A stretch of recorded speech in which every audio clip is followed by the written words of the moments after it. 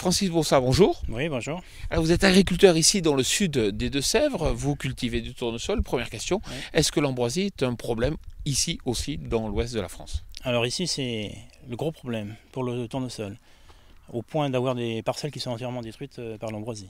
Ah oui, à ce point. Alors concrètement, comment vous désherbez? Eh bien, on utilise une variété qui est tolérante à certains herbicides, le Clearfield. Aujourd'hui, c'est une solution qui semble prometteuse. Et vous appliquez l'herbicide quand? Alors, au stade 6 feuilles. Et au final, ça suffit pour éliminer toutes les mauvaises herbes ou vous êtes obligé de revenir en rattrapage? Cette année, on n'a pas eu de rattrapage à faire. Ça s'est bien passé.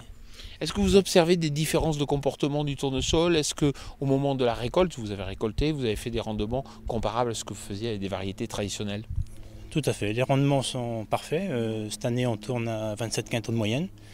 Et sans ces herbicides-là, on aurait eu du 5-6 quintaux, quoi. Est-ce à dire que cette mauvaise herbe peut amener à reconsidérer, à remettre en cause de la culture de tournesol dans cette région? Ah, tout à fait.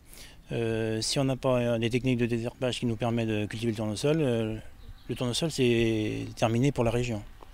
Il y a trop d'ambroisie au point de voir des voisins détruire leur parcelle entièrement au broyeur tellement qu'il y a l'ambroisie, quoi. Et dans la parcelle, vous arrivez à éliminer à présent donc l'ambroisie ou il en reste toujours? Il y en a toujours un peu, hein. L'important c'est que le tournesol couvre le terrain le plus rapidement possible pour enlever de la lumière aux mauvaises herbes. Et à partir de ce moment-là, si le tournesol est bien implanté, on réussit à contrôler l'ambroisie. Francis Boursard, merci beaucoup. De rien.